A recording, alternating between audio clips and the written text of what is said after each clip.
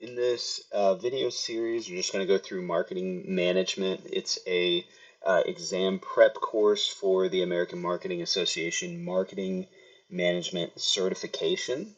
So this video series is just going to be supplemental for study material. Anyone who's trying to learn this stuff and just looking for a little help, this is who it's for. About this course, why I started this course.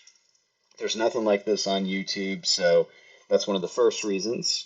I want to make it easy for people to study for the AMA Marketing Manager exam. I had some trouble studying. I actually failed the AMA Marketing Manager exam twice. Part of the reason I failed is I didn't buy the textbook, and I didn't study the first time. I just went off my experience, and I got a 67. The second time, I tried to study with just ChatGPT, and ChatGPT, as I'm sure you know, is scanning all the material on the internet, trying to pull from different random syllabuses and instructor notes and anything free on the internet it can get access to that's not behind a paywall. And it did okay, and I scored better. I got a 77. So I was really close to passing, but I'm kind of glad I didn't pass because it actually inspired me to make this course. And I also decided I need to get the textbook. So I can share my notes now while I'm going through the textbook. I'm making study notes, and so I'm kind of dual purposing as I'm studying. Hey, here's the notes of my studies about me, just in case anybody's curious. I ran a marketing agency for 11 years, managed a team of 10 plus people that was cross-functional across all the different kind of components of a digital marketing agency. That's primarily the work we did. So this course or video series, whatever you want to call it, is not a replacement for the textbook, and it's not a way to cheat. So I'm not going to give away like answers. Like I said, I have taken the exam twice. I'm not going to like copy paste any of that. I didn't cheat when I took the exam either of the two times, obviously, or else I would have passed. So I'm a firm believer in actually learning the material. And so what I'm going to do is actually teach the content to the best of my ability, different principles and concepts, defining terms, all the stuff that I got hung up on and missed while I was preparing to pass this exam. So here we go, jump straight into the content. First off is what is marketing? So there's a lot of debate on this topic. First off, marketing is public facing. When you compare marketing to other areas of business like finance, accounting, accounts receivable, a lot of this stuff is more private within the business. It's information that you're not really learning as just an everyday consumer out in the public. However, with marketing, you're going to see the marketing messaging. You're going to be able to deduce the marketing strategy and campaign behind the scenes to make, to figure out the marketing strategy that that business is implementing. So it's public facing. Um, Another thing, marketing is scientific and data driven. So this is something that has developed over time, but especially in the digital age, there's more data, big data, it's scientific, and if anybody says marketing's not scientific, then they they just don't understand marketing. Another point that's really important, everyone is a marketer, you've probably heard that, and everyone has a personal brand, whether that's optimized or built out. That is up to you. What marketing isn't. Marketing is not spamming, it's not clickbait, it's not salesy, it's not pushy, and it's not a necessary evil. So these are all some common myths or preconceived judgments that we might have. All marketers are evil, they lie, they twist things. Now, just because some people do market in a salesy, pushy, clickbaity way doesn't mean that's what marketing is. So we're going to get into what marketing actually is here. Marketing, according to the American Marketing Association definition, is the activity, set of institutions, and processes for creating, communicating, delivering, and exchanging offerings that have value for customers, clients, partners, and society at large. That's a mouthful. Basically, it's the exchange of value. So True marketing is going to create win-win situations. Marketing is about giving value. Marketing is not just a department. So if you think of marketing as just a siloed group of people within an organization, that's the wrong way to think about it. We need to think about everybody as a marketer, and the marketing department's kind of like spearheading or leading that entire organization to all market their offer of value well. So, marketing stakeholders. Everyone who hears a marketing message is a stakeholder for that message. And essentially, the concept is as a marketer, the message isn't yours, it's for everyone to own that hears it. This goes back to concepts of the free exchange of ideas. You see people like Alex Hormozi saying, I give away all my secrets. And it basically goes back to this concept of sharing is caring, share what you got, and everybody owns the concept of the marketing messaging. So marketing focused on what's best for society. That's something called societal marketing or purpose marketing or pro-social marketing. It's just basically the idea of doing good and being purposeful with your marketing outside of just selling products for your business. That might seem really obvious. It's 2025 at the time of recording this, but 20, 30, 50 years ago, this was a new and inventive type of concept, really more like 70 years ago. So marketing has really grown a lot as the business world has grown and developed. So an example of societal marketing is green marketing. So the purpose in that case is sustainability for the environment, etc. Okay, here's a huge concept in marketing in general. These are just some like baseline key concepts that you need to just understand marketing and make sure we're coming at it from the same kind of frame. So let's talk about value and exchange. Value is what the customer gets versus the cost they have to pay. Here's the Alex Hormozi value equation. I think this is a fantastic definition of value. He can explain this much better than me, but essentially somebody has a dream outcome and you multiply that by the perceived likelihood of achievement. So they're saying, hey, my dream is to go on a vacation, go on a cruise for 7 days in the Caribbean. The perceived likelihood of achievement is high or low.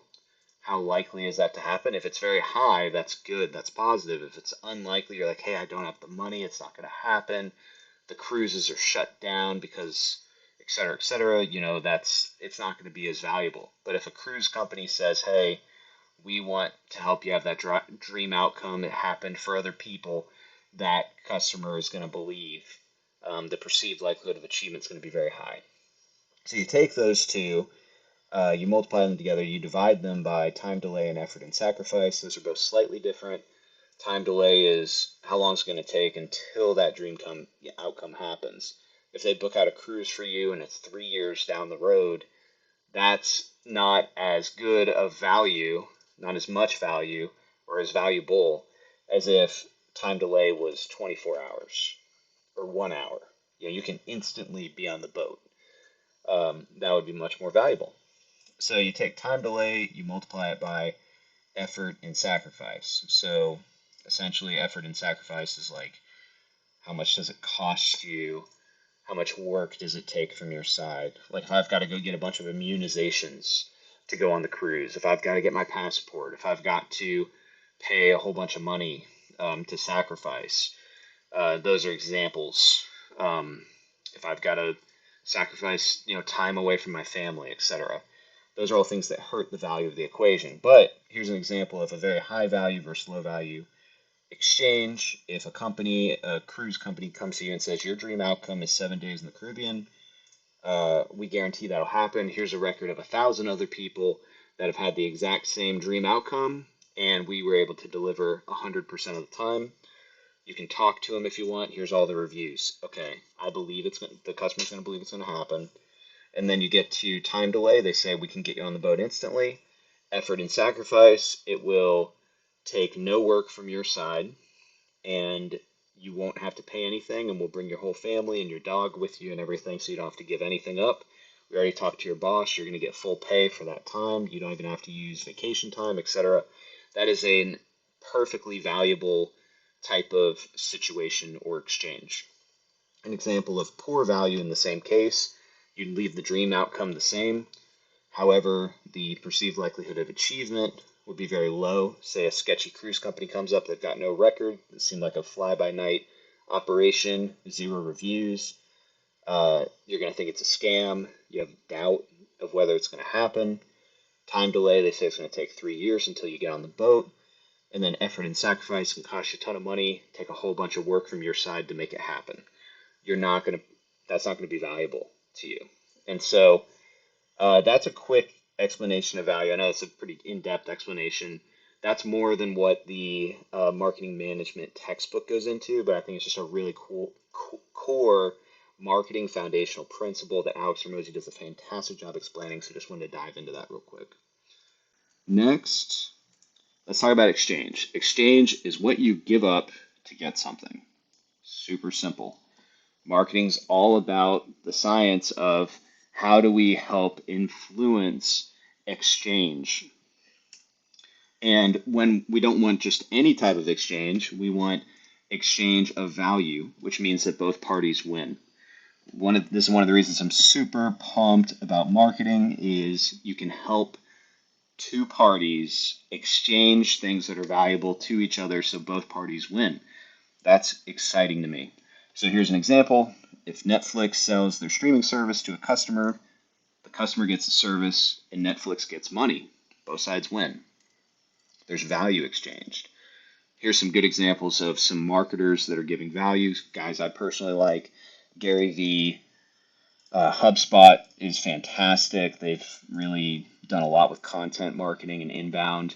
Alex Hormozi, Seth Godin. Seth's got a daily email he's been doing forever. Examples of bad marketing: focus on taking instead of providing value. The normal, common example is like the sketchy used car salesman. They have a whole bunch of kind of deceptive practices to get you in there, saying it's so cheap, and then when you get behind the doors to close the door on the car, close the sale for the car, it's actually got all these fees, and the interest rate on the loan is crazy, et cetera, et cetera. So it's really more of a taking. There's a low value exchange there. It's not a win-win. All right, history of marketing. We have the pre-industrial revolution and then the industrial revolution. Pre-industrial revolution, everything's custom. So you don't have mass production.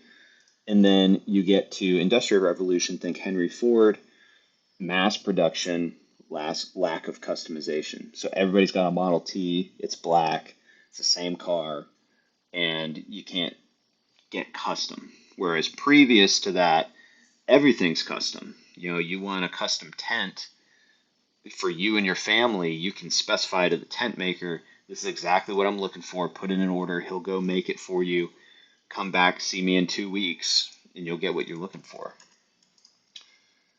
Next, with the Industrial Revolution, it's really driven competitiveness, and it's removed a lot of differentiation between businesses, so therefore there's more of a sales orientation where you need to sell more, there's more competition. And then that leads us to after World War II, where it's the start of the marketing concept. What is the marketing concept? It's the idea that the whole organization exists to serve the customer. So it's kind of like a team thing. It's not just one marketing department pumping out ads, and it's just sort of product focused and sort of like specials and flash and sizzle. Now it's this concept of everybody, say our company's AT&T, everyone at the company exists as a marketer and as a servant to the customer. And that is the marketing concept. So it doesn't matter if you're in the marketing department or a phone support person, you're there to serve, and it's there to provide value and increase the overall brand presence and brand value of the organization in the eyes of the customer. The marketing mix, you also hear this called the 4 Ps. This is a pretty straightforward concept. Price, product, place, and promotion. These are the 4 P's that go into um, essentially marketing anything. So you've got to have a price, you've got to have a product. You might hear that called an offering. Then you have to have a place. So, like, how is it delivered? And then promotion, where you've got to tell people about it. So, changing one of the 4 P's affects the others. And that's all for this little presentation. Thank you so much. Please subscribe for more content. Y'all are awesome. Have a good one.